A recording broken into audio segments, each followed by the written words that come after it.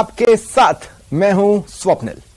चुनाव की गहमागहमी के बीच मुख्यमंत्री अशोक गहलोत का मिशन 2030 को लेकर दिया गया बयान प्रदेश भर में चर्चा गर्म है। क्या कुछ हो रहा है, देखिए। विजन 2030।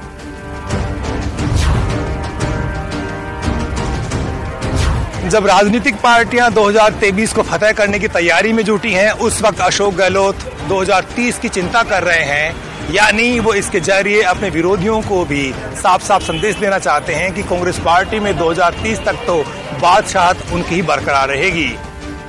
23 से पहले 30 वाला दाव।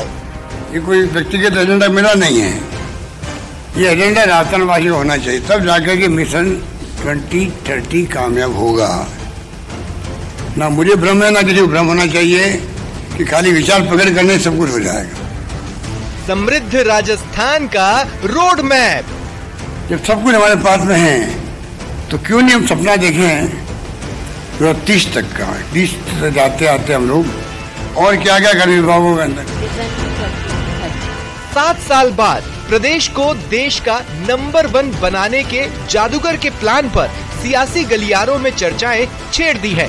गहलोत ने अपने तीसरे कार्यकाल में 4 गुना विकास का दावा किया है। अब मंजिलें 10 गुना विकास पर गड़ा दी है। ये प्रगति हम 4 गुना कर चुके हैं अभी इस 5 साल में। अगली बार हम क्यों नहीं 10 गुना की कल्पना करके चले राजस्थान प्रगति के पत्र ले जाए।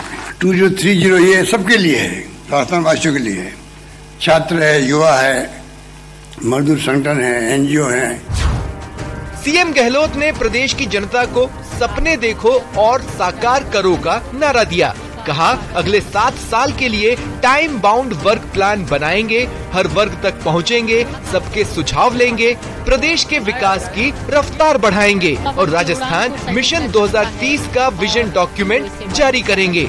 उन्होंने इसका कारण भी बताया और सफल होने का संकल्प भी लिया।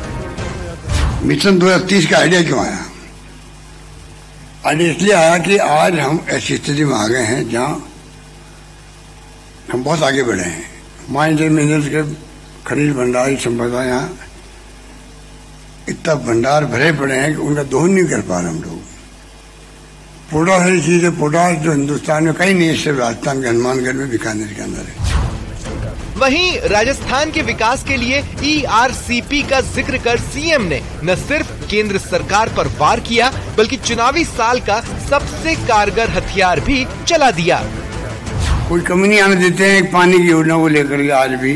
और ERCP इतनी बड़ी योजना जो पिछली गवर्नमेंट बनाई हुई है, अब राष्ट्रीय परियोजना घोषित नहीं करने की जिद पकड़ रखी है। उसका मेरे पास इलाज नहीं, वो तो केंद्र सरकार ही कर सकती है।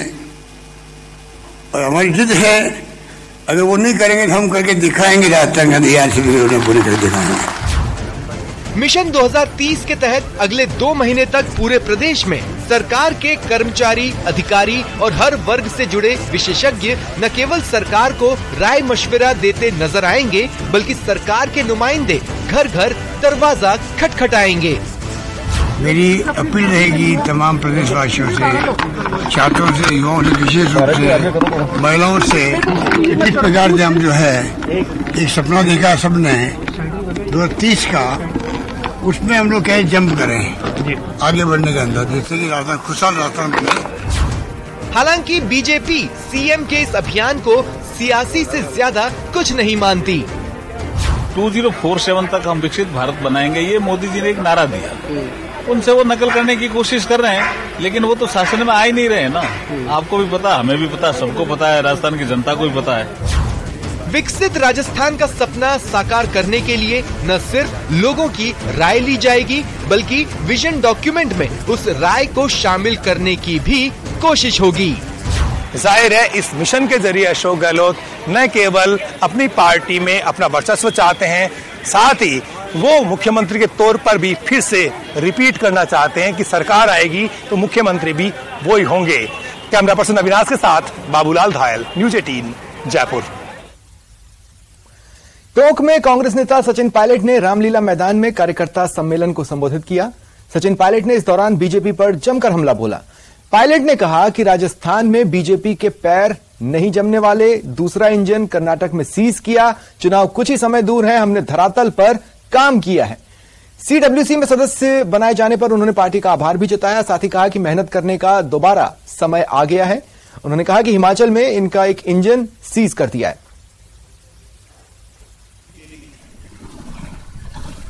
राजस्थान में लगभग 5 साल पहले आप सबके आशीर्वाद और प्यार से और भाजपा की सरकार ने बहुत दावे किए, और ये मैं देखता हूं प्रधानमंत्री का जो सबसे चुनिंदा डायलॉग है, डबल इंजन की सरकार, डबल इंजन की सरकार। अब वो डबल इंजन की सरकार, मुझे दायित्व दिया हिमाचल प्रदेश का, हम लोगों ने वहां जाके काम किया, वहां पे डबल इंजन सरकार थी। एक इंजन तो सीज हो गया शिमला में। फिर यहाँ पे हमने काम किया कर्नाटक के अंदर सबने मिलकर, वहां पर भी डबल इंजन सरकार थी। वहां पे दूसरा इंजन फेल हो गया बेंगलुरु। अब ये लोग जो पाखंड की राजनीति करते हैं, आपसी द्वेष पैदा कर लोगों के जज्बातों से खेलकर वोट लेने का काम करते हैं, मंदिर मस्जिद का नाम लेकर, धर्म जाति का नाम लेकर वोट बटोरने का काम करते हैं। अब 9 साल हो गए, हर क्षेत्र में सरकार केंद्र की है, और मुझे तो बड़ा आश्चर्य होता है, भारतीय जनता पार्टी केंद्र में तो सरकार में और राजस्थान में विपक्ष में, ये वो दल है जो केंद्र में तो सत्ता में फेल हो गया और राजस्थान में विपक्ष में फेल हो गया। वहीं पूर्व डिप्टी सीएम सचिन पायलट ने एक बड़ा बयान दिया है। टोंक से चुनाव लड़ने का सवाल उनसे पूछा गया, जिस पर उन्होंने कहा कि पार्टी के निर्णय पर काम करेंगे। उन्होंने कहा कि जहां दायित्व मिला काम किया, भविष्य में भी दायित्वों पर काम करेंगे। उन्होंने यह भी कहा कि जिताऊ उम्मीदवारों का सिलेक्शन होगा। वो तो पार्टी जो आदेश देती है, हम सब लोग, मैं अपनी बात नहीं कर रहा हूं, सभी लोग जो पार्टी का निर्देश होता है, कहां से कौन चुनाव लड़ेगा, क्या चुनाव लड़ेगा, वो सबको हम लोग मानते हैं। हाँ, लेकिन मुझे अवसर मिला यहाँ से विधायक बनने का 4.25 साल पहले, और पूरी ताकत से हम लोगों ने यहाँ पर विकास के काम किए। यहाँ के लोगों का बहुत प्रेम है, और मैंने आज भाषण में ये कहा कि पिछली बार हम जीते थे यहाँ 50-52 हज़ार वोटों से कांग्रेस पार्टी, इस बार उससे ज्यादा वोटों से जीते, ये हम सबकी कोशिश रहेगी। और अब बात बीजेपी की करते हैं। जयपुर में बीजेपी संकल्प पत्र समिति की बैठक हुई। अक्टूबर में पार्टी संकल्प पत्र जारी करेगी। किसान, महिला, युवा, दलित, आदिवासी पर इसमें फोकस रहेगा, ये कहा गया है। साथ ही यह भी बताया गया है कि गुड गवर्नेंस और डेवलपमेंट के आसपास मैनिफेस्टो को रखा जाएगा, वही उसका आधार होगा। बीजेपी नेताओं का कहना है कि जनता के बीच जाएंगे जो समिति के मेंबर्स हैं और लोगों से बातचीत करेंगे। संकल्प पत्र को लेकर प्रबुद्ध जनों से भी संवाद किया जाएगा। शैक्षणिक, धार्मिक संगठनों से भी चर्चा होगी।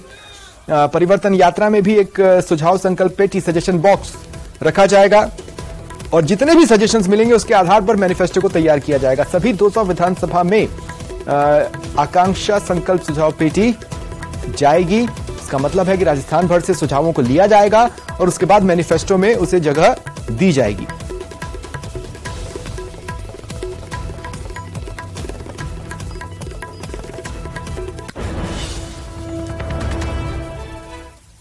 बीजेपी संकल्प समिति की पहली बैठक का आयोजन बीजेपी मुख्यालय में किया गया। बैठक में राष्ट्रीय संगठन मंत्री बीएल संतोष समेत अर्जुन मेघवाल भी मौजूद रहे। इस मौके पर न्यूज 18 से खास बातचीत में अर्जुन राम मेघवाल ने कहा कि जनता से संपर्क और सुझाव लेंगे और हमारा विजन विकसित भारत का है। बीजेपी संकल्प पत्र समिति की पहली बैठक हो चुकी है और अब घोषणा पत्र में जनता की राय ली जाएगी, ये बड़ी बात इस बैठक से निकल रही है। समिति के संयोजक अर्जुन राम मेघवाल साहब हमारे साथ मौजूद हैं। सर, मुख्य पॉइंट क्या रहेंगे, किस प्रकार का घोषणा पत्र इस आपका चुनावी घोषणा पत्र रहने वाला है? जैसे अभी आपने कहा कि हमारा जनता से निरंतर संपर्क हम बना करके उनसे हम सुझाव लेंगे। कोई भी नागरिक सुझाव दे सकता है। जैसे एक उदाहरण दूं कि जो शौचालय बनने चाहिए इस देश में, ये सुझाव बहुत एक साधारण से नागरिक से आए थे, आज कितनी बड़ी योजना बन गई। तो इस तरह से हम चाहते हैं कि हर नागरिक अपने सुझाव दे सकता है। हम शासन में आएंगे तो हम पूरा विजन लेकर के चलेंगे। जैसे प्रधानमंत्री जी ने कहा 2047 हम विकसित भारत बनाएंगे, तो हम भी 25 साल का विजन लेकर के चल रहे हैं कि 25 साल तक हम भारतीय जनता पार्टी शासन में रहती है तो राजस्थान को हम कहां तक ले जाएंगे। ये हमारे घोषणा पत्र के मोटी मोटी चीजें हैं। लेकिन बीजेपी भ्रष्टाचार, महिला अत्याचार, और कई मुद्दे उठाती रही है। उन मुद्दों को लेकर किस प्रकार से इस घोषणा पत्र में शामिल किया देखिए, हम एक एक्शन प्लान देंगे। अगर महिलाओं पर अत्याचार हुआ, पहले तो हम अत्याचार को रोकेंगे, हुआ तो हम तुष्टीकरण की नीति नहीं अपनाएंगे, हम उसको लॉजिकल एंड तक ले जाएंगे। उसके लिए पूरा एक्शन प्लान होगा, जिससे नागरिकों में, महिलाओं में, दलितों में एक सुरक्षा की भावना। आपने देखा होगा कि जहां भारतीय जनता पार्टी की सरकार है वहां अपराध भी कम है, तो एक सुरक्षा की भावना हम पैदा करेंगे नागरिकों में। पेपर लीक, क्योंकि ये युवाओं के लिए बड़ा मुद्दा। आरपीएससी जैसी संस्था को इन्होंने अपवित्र कर दिया, तो आरपीएससी का स्ट्रेंथन करना, उसको ठीक करना, पारदर्शी बनाना और भ्रष्टाचार मुक्त बनाना, ये हमारा मुद्दा होगा। आप घोषणा पत्र की बात कर रहे हैं, लेकिन मुख्यमंत्री 2030 मिशन की बात कर रहे हैं, विजन की बात कर रहे हैं। देखिए, तो 2047 तक हम विकसित भारत बनाएंगे, ये मोदी जी ने एक नारा दिया। उनसे वो नकल करने की कोशिश कर रहे हैं, लेकिन वो तो शासन में आ ही नहीं रहे ना। आपको भी पता, हमें भी पता, सबको पता है, राजस्थान की जनता को भी पता है। बहुत बहुत धन्यवाद। तो ये है केंद्रीय मंत्री अर्जुन राम मेघवाल, जिन्होंने साफ तौर पर कहा कि किस तरह का घोषणा पत्र जो है वो रहने वाला है। लेकिन बड़ी बात ये कही कि आकांक्षा सुझाव पेटी का जो है वो इस परिवर्तन यात्रा में रखी जाएगी और जनता से सुझाव लिया जाएंगे, और इसके अलावा सभी विधानसभा क्षेत्रों में भी एक वाहन भेजा जाएगा, उसके जरिए भी तमाम सुझाव जो है वो लिए जाएंगे। कैमरा पर्सन यासीन के साथ सौरभ गृहस्थी, न्यूज 18 राजस्थान, जयपुर। दौसा में केंद्रीय जल शक्ति मंत्री गजेंद्र सिंह शेखावत ने कहा कि ईआरसीपी 2017 में पूर्व मुख्यमंत्री वसुंधरा राजे के कार्यकाल में तैयार की गई थी, लेकिन परियोजना 50% निर्भरता के आधार पर बनाई गई थी। ऐसे में 75% निर्भरता के आधार पर बनाने के लिए केंद्र सरकार ने वापस राज्य सरकार को निर्देश दिए, लेकिन तभी सरकार बदल गई और उसके बाद अब तक राजस्थान की सरकार ने इसमें रुचि नहीं दिखाई और राजनीति करने की कोशिश की। और उसकी लागत, इस ईआरसीपी परियोजना को पुरानी पीकेसी के साथ में जोड़ करके एक नया लिंक ऐसा एस्टेब्लिश किया।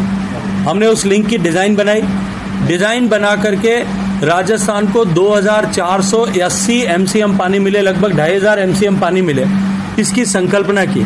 अभी 521 एमसीएम ये पानी ला रहे हैं, हम 2500 एमसीएम पानी देने की बात कर रहे हैं, 5 गुना पानी। और उसकी लागत क्या होगी? वो 40,000 करोड़ की परियोजना है, जिससे राजस्थान के 13 पूर्वी राजस्थान के जिलों को पीने का पानी मिलेगा। ईआरसीपी में जो सोचा गया था कि कल्पना की गई थी कि 2 लाख हेक्टेयर नई सिंचाई का रकबा बनेगा, लगभग 40 से ज्यादा एग्जिस्टिंग बांधों में पानी भरा जाएगा, जिसमें आपके दौसा का मोरेल बांध भी है। उसके अलावा बाढ़ में अतिरिक्त पानी होने पर अतिरिक्त पानी मिलेगा और अधिक रिजर्वायर्स को हम भर सकते हैं। और उसके अलावा जो एग्जिस्टिंग हमारा कमांड एरिया है 80,000 हेक्टेयर, मतलब लगभग 2 लाख एकड़ का जो एग्जिस्टिंग कमांड एरिया है, उसको भी हम स्टेबलाइज, जहां पानी की कमी है उसको भी हम जो है सपोर्ट कर पाएंगे। और इस 40,000 करोड़ की परियोजना में मध्य प्रदेश के भी 6 जिलों को पेयजल और सिंचाई का पानी मिलेगा। इसमें 40,000 करोड़ की परियोजना में जो 90% ग्रांट नदी जोड़ने में माननीय प्रधानमंत्री जी के आशीर्वाद से जिस तरह से केन और बेतवा में मिली है, उसी रूप से इस प्रोजेक्ट को भी मिल सकती है। तो 40,000 करोड़ की परियोजना में से 36,000 करोड़ रुपए जो है वो भारत सरकार वहन करेगी। केवल 4,000 करोड़ रुपए दोनों राज्यों को मिलकर के वहन करना है। और चलिए रुकते हैं एक छोटे से ब्रेक के लिए।